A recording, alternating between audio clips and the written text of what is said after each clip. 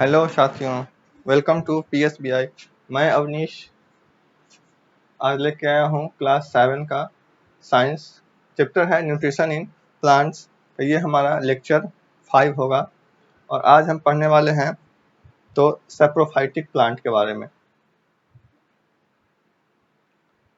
Saprophytic plant के बारे में हम आज पढ़ने वाले हैं। Saprophytic plant, saprophytes are those organisms which cannot make their own food and obtain their nutrition from dead and decaying plant and animal matter। कह रहा है कि सैप्रोफाइटिक प्लांट क्या होता है। तो सैप्रोफाइट्स वे जीव हैं। कौन से जीव हैं? सैप्रोफाइट्स वे जीव हैं जो अपना भोजन जो है स्वयं नहीं बना सकते हैं। क्या है? तो सैप्रोफाइट्स वे जीव हैं जो अपना भोजन स्वयं नहीं बना सकते हैं और मृत और सड़ते हुए पौधों और जानवरों के पदार्थों से अपना पोषण क्या करते हैं? तो अपना पोषण प्राप्त करते हैं। फिर से सुन लीजिए, क्या है? तो सैप्रोफाइट प्लांट्स क्या होता है? सैप्रोफाइट वे जीव हैं जो अपना भोजन जो है वो स्वयं नहीं बना सकते। सैप्रोफाइट्स वे जीव हैं जो अपना भोजन स्वयं नहीं बना सकते और क्या करते हैं? तो मृत तथा सड़े हुए पौधों और जानवरों के पदार्थों से अपना पोषण क्या करते हैं? प्राप्त करते हैं।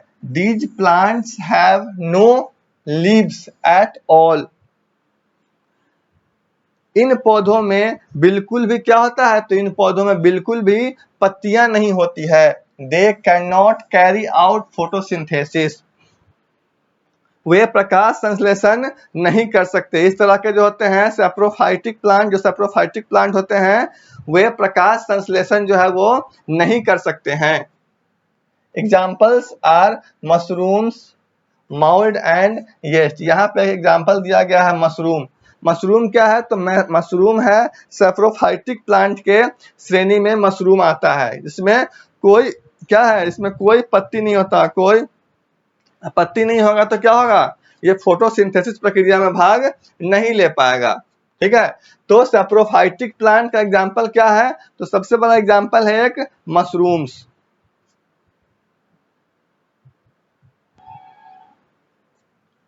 You must have seen umbrella-like structures growing on logs of wood during the rainy season। आपने छतरी जैसी क्या है? अपने छतरी जैसी संरचनाएं देखी होगी। कब? तो बरसात के मौसम में लकड़ी के लट्ठों से बनी इन संरचनाओं को क्या कहते हैं? तो मशरूम कहते हैं। ये कब होता है? तो बरसात के मौसम जब होता है तो कहाँ पे? तो जब भूसा होता है वहां पे उसके ऊपर निकलता है या फिर लकड़ी के जो लट्ठे होते हैं उसके ऊपर ये छाते की तरह बना हुआ दिखाई देता है mushroom. These structures are called mushroom। इसे हम क्या कहते हैं? तो इसे हम मशरूम कहते हैं।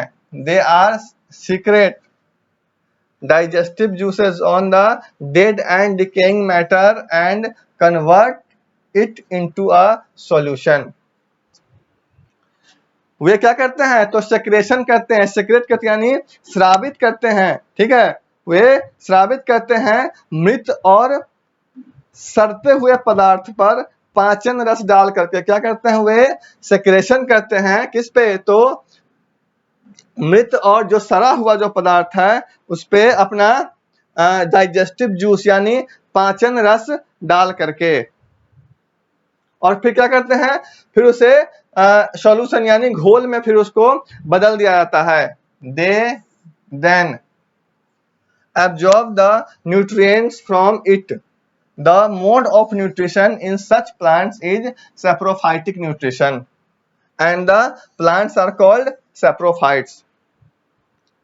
फिर वे इससे पोषक तत्वों को अवशोषित करें। ठीक है, क्या करता है? फिर से वे इससे पोषक तत्वों को अवशोषित करें। ऐसे पौधों में पोषण का तरीका सैप्रोफाइट पोषण है। क्या है? ऐसे पौधों में पोषण का तरीका को हम क्या कहते हैं? सैप्रोफाइटिक पोषण। और पौधों को सैप्रोफाइट्स कहा जाता है।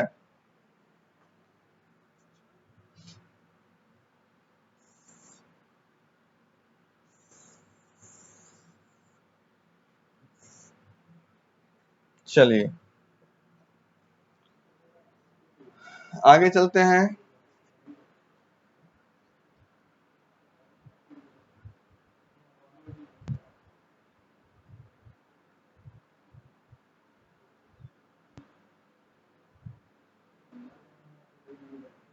चलिए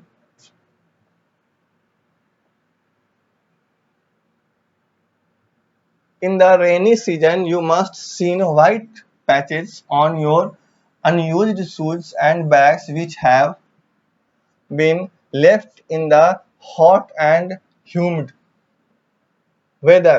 These white patches are also due to fungi. बरसात के मौसम में अपने अपने जूते और बैग पर सफेद धब्बे देखे होंगे। ठीक है, कभी कभी क्या होता है कि बरसात के मौसम में या तो हमारा बैग कपड़ा वगैरह कोई अगर भीग जाता है तो उस पे क्या होता है तो सफेद धब्बे आते हैं, या फिर ऐसे भी बहुत टाइम क्या होता है कि हल्का फुल्का भी अगर उसके ऊपर पानी पड़ जाए, या फिर ऐसे भी नॉर्मली क्या होता है कि बरसात के मौसम में उस पे सफेद धब्बे आ जाते हैं। ठीक है, यही सफेद धब्बे को हम क्या कहते हैं, यही सफेद धब्बे को हम क्या कहते हैं तो फंगी कहते हैं। ठीक है,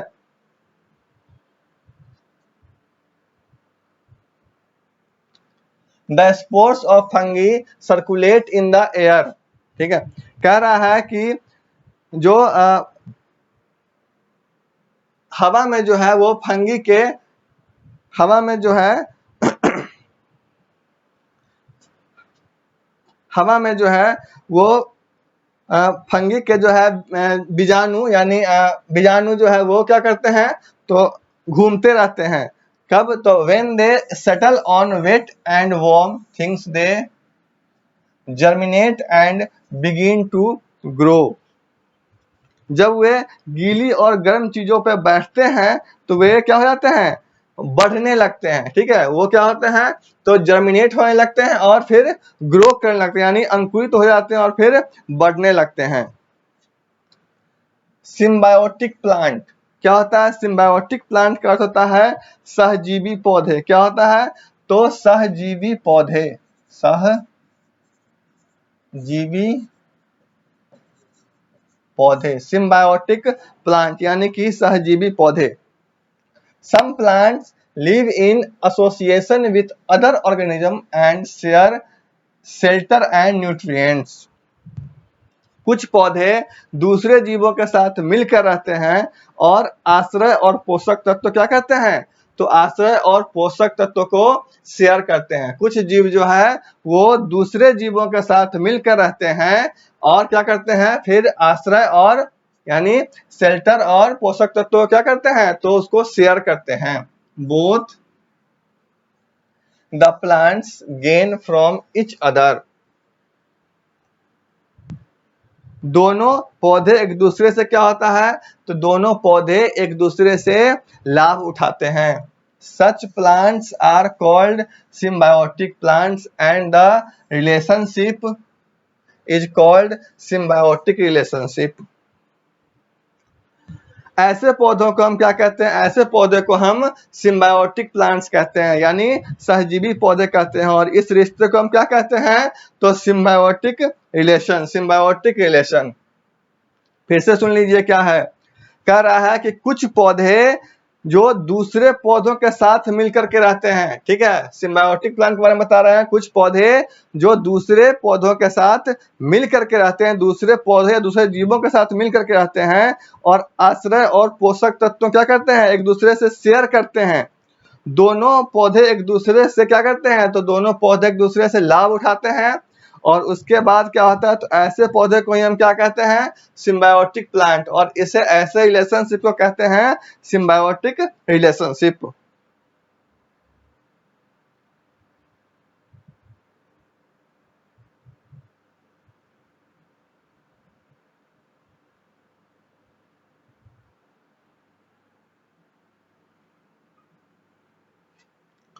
अब यहाँ सिम्बायोटिक रिलेशनशिप का कुछ एग्जांपल हमारे पास है। ठीक है,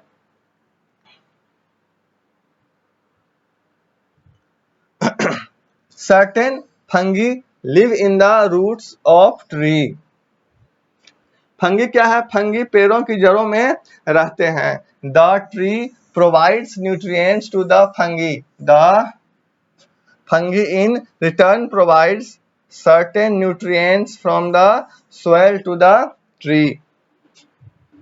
फिर सुन लीजिए, कुछ कवक जो है, कुछ फंगी जो है वो पेड़ों के जड़ों में रहते हैं। पेड़ कवक को क्या करता है? तो पेड़ कवक को पोषक तत्व प्रदान करता है। पेड़ जो है वो फंगी को क्या करता है? तो पेड़ फंगी को पोषक तत्व प्रदान करता है और बदले में फंगी जो है वो मिट्टी से पेड़ को कुछ पोषक तत्व देता है। ठीक है, यानी कि एक दूसरे को देने का जो एग्जांपल अभी मैंने बताया था सिम्बायोटिक प्लांट्स में, वो क्या होता है? यहीं पे लागू होता है। क्या कह रहा है कि कुछ ऐसे भी हैं, कुछ ऐसे फंगी हैं जो पेड़ की जड़ों में रहते हैं और पेड़ जो है वो फंगी को न्यूट्रिएंट्स यानी पोषक तत्व प्रदान करते हैं और बदले में जो है वो फंगी क्या करता है? तो बदले में वो मिट्टी से पेड़ को कुछ पोषक तत्व यानी न्यूट्रिएंट्स प्रदान करता है। Another example, दूसरा एग्जाम्पल क्या है? तो another example is of lichens. It is a green algae and a non-green fungus. The algae is an autotrophs and provides food to the fungus. Fungus provides shelter, water and minerals from the soil to the algae. दूसरा example में क्या है? तो यह एक क्या है? तो यह एक हरा लाइकेंस है। लाइकेंस का अर्थ हिंदी में कहते हैं सवाल। क्या है? तो यह एक हरा लाइकेंस है और एक क्या है? तो एक नॉन ग्रीन फंगस है, यानी गैर, इसको कहते हैं कि गैर हरा फंगस है। ठीक है, तो फंगस जो है, सॉरी, एल्गी जो है, एल्गी एक क्या है? तो एल्गी एक स्वपोषी है। क्या है? तो एल्गी एक स्वपोषी है। ऑटोट्रॉप्स, ऑटोट्रॉप्स का अर्थ होता है क्या? स्वपोषी। ठीक है, तो एल्गी क्या है? तो एल्गी एक ऑटोट्रॉप्स है और क्या करता है? और कवक को भोजन प्रदान करता है, यानी फंगी को भोजन प्रदान करता है। यानी एल्गी एक क्या है? तो एल्गी एक ऑटोट्रॉप्स है जो फंगस को क्या करता है? तो फंगस को भोजन प्रदान करता है। फंगस जो है वो क्या करता है? तो फंगस जो है वो एल्गी को मिट्टी से आश्रय और पानी और खनिज वगैरह जो है वो प्रदान करता है।